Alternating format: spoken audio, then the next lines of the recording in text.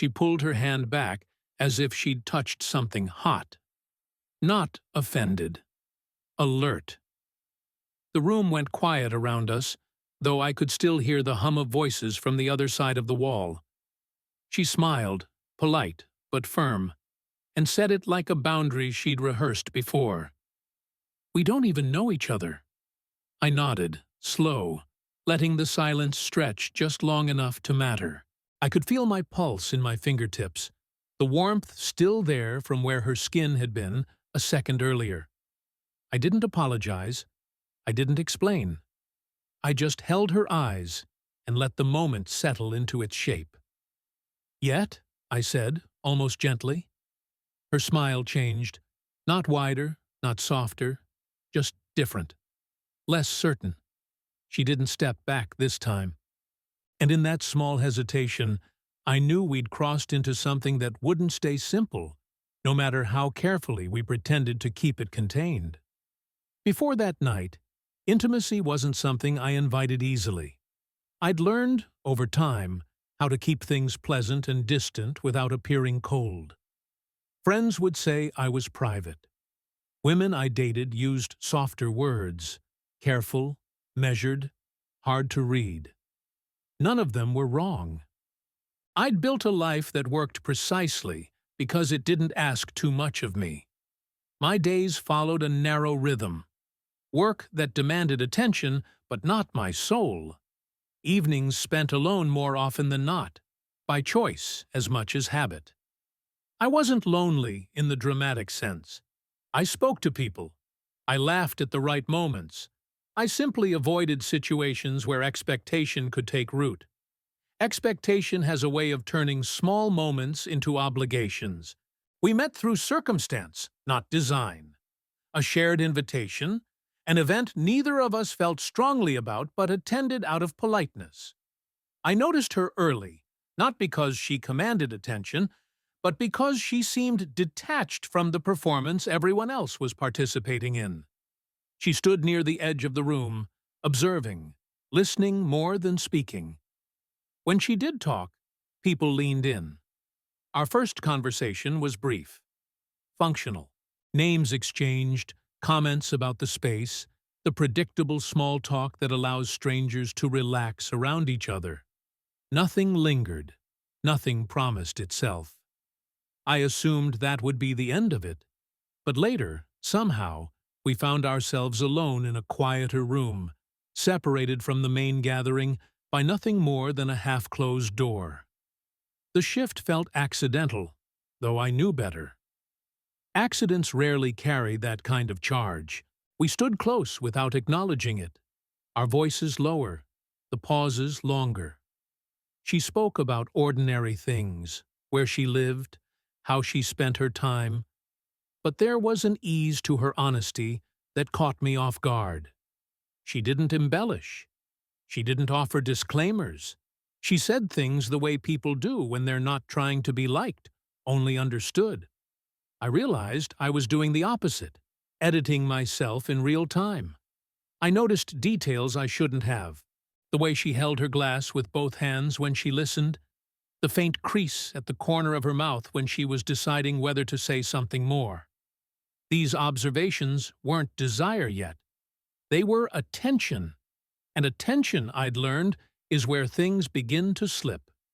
When the moment came, the one where my hand brushed hers, it wasn't intentional in the way people imagine. No plan, no bold move, just a small adjustment of space that closed more distance than expected. The contact was brief, but it registered, too clearly to ignore. That was when she said it. Calm, grounded. We don't even know each other. She wasn't wrong, and that was precisely the problem. Because in that instant, I realized how rarely I allowed myself to be surprised by another person. How much effort I'd spent convincing myself that intimacy had to be earned slowly, carefully, with full disclosure and minimal risk. Standing there with her, I felt the flaw in that logic. I smiled, not because I was confident, but because something in me recognized the opening for what it was. not an invitation, a possibility. And I understood, even then, that whatever followed wouldn't be about speed or restraint. It would be about whether I was willing to stay present long enough to actually know her, or retreat back into the safety of not needing to try. The night was still young, but the balance had already shifted. The moment didn't resolve itself after that.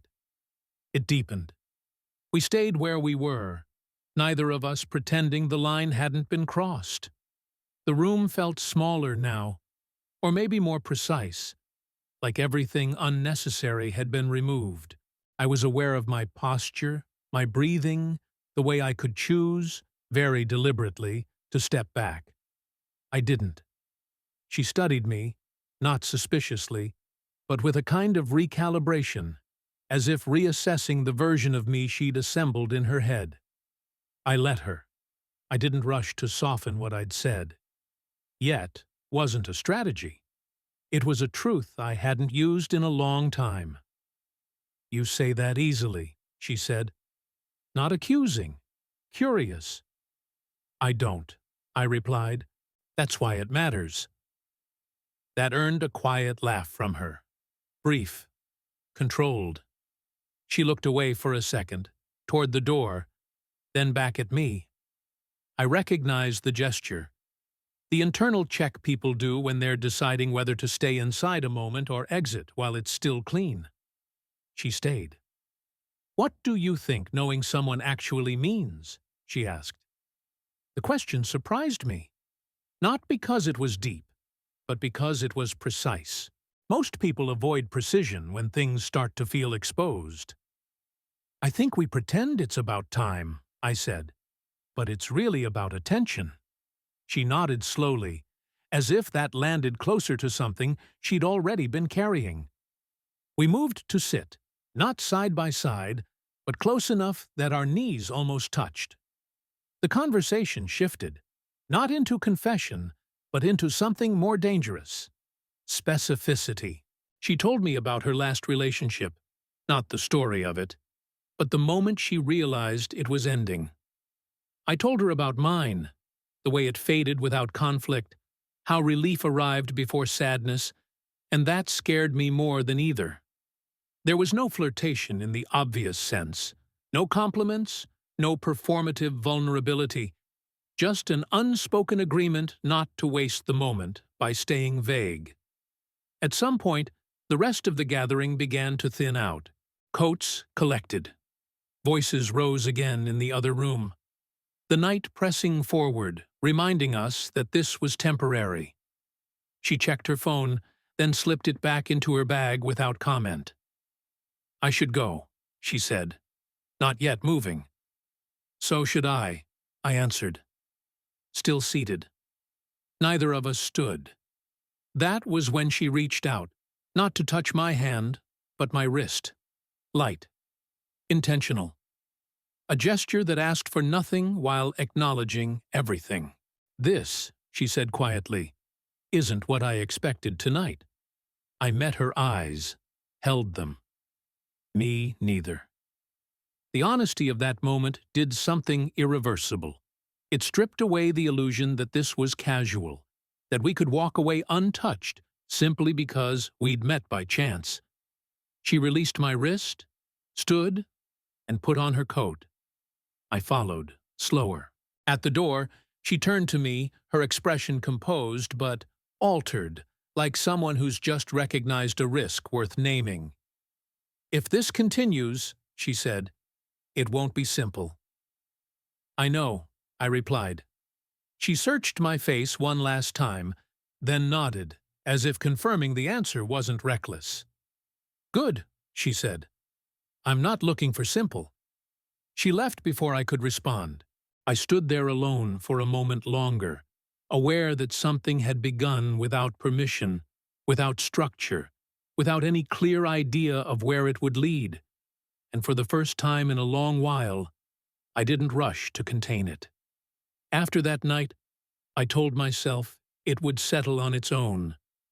That moments like that sometimes exist only to remind you of something, not to demand continuation. I went back to my routines. Work, evenings, the practiced distance I wore comfortably. Then she texted me 2 days later. Nothing provocative. No reference to what had passed between us. Just a sentence about something we'd mentioned in conversation, followed by, "I thought of you when I saw this." That was all it took. We met again under the pretense of simplicity. Coffee. An hour. Daylight, which I assumed would dilute whatever charge had existed between us. It didn't. If anything, it made it sharper. In the light, I noticed new things. The way she listened without interrupting, how she held silence without rushing to fill it. I realized I was speaking more freely than I had in years. We didn't talk about expectations. That omission was deliberate on both sides. Instead, we kept choosing proximity. One meeting turned into another. Walks that lasted longer than planned. Meals that blurred into evening. There was restraint, but it wasn't cautious. It was intentional. Like we both understood that moving too fast would cheapen what was forming. What surprised me was how quickly she became present in my thoughts. Not intrusively, not obsessively, just there. A reference point. I'd notice something, a phrase someone used, a detail in a room, and think she'd catch that. That quiet alignment unnerved me more than overt desire would have. She challenged me without confrontation.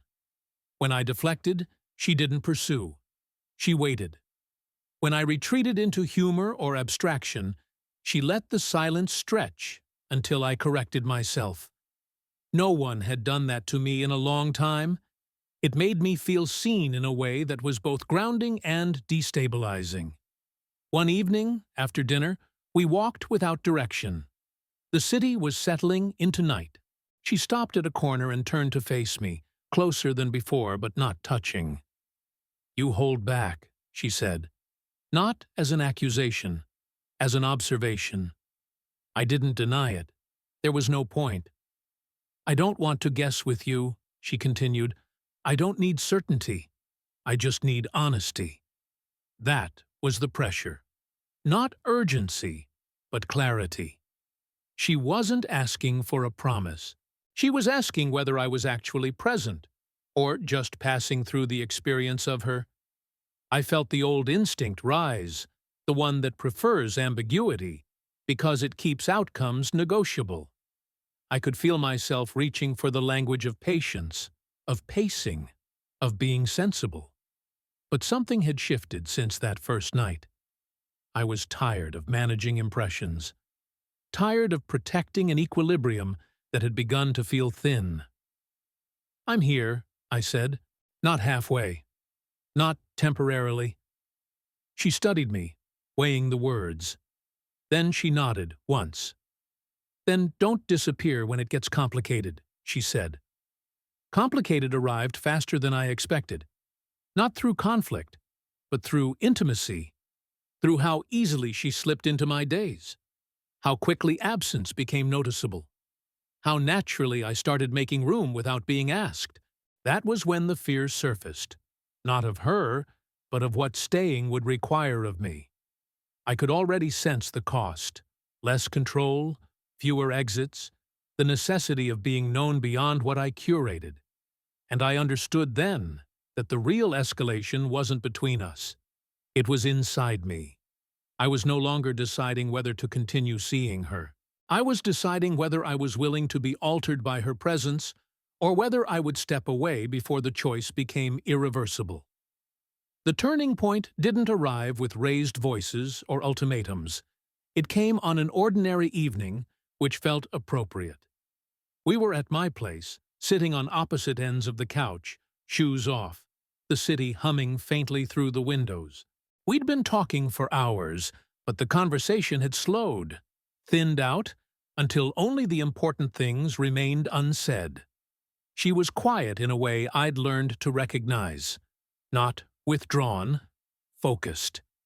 She held her glass with both hands, staring at nothing in particular. "You're still deciding," she said. I didn't pretend not to understand. I looked at her and saw how calm she was, how grounded. She wasn't asking. She was naming what was already happening. Yes, I said. She nodded once, absorbing it. Then she did something that surprised me. She stood up. I need to know something, she said, her voice steady. And I need you to answer it without protecting yourself. She faced me fully now. No softness, no threat, just clarity. If this keeps going, she said, are you going to stay when it stops being interesting and starts being real? Or are you here because it still feels like a choice you can revise? The room felt suddenly smaller. Not suffocating, precise. There was no version of this where I could answer vaguely and keep her. She'd already made that clear. I thought about the exits I'd always left unlocked, the way I measured affection so I could manage loss. I thought about how easily she'd entered my days, how little effort it had taken for her to matter. And I understood then that the decision wasn't about her. It was about whether I would keep living in a way that required distance to feel safe. I stood up too. Closed the space between us. Not touching yet. I don't want this if I'm halfway, I said. My voice didn't shake.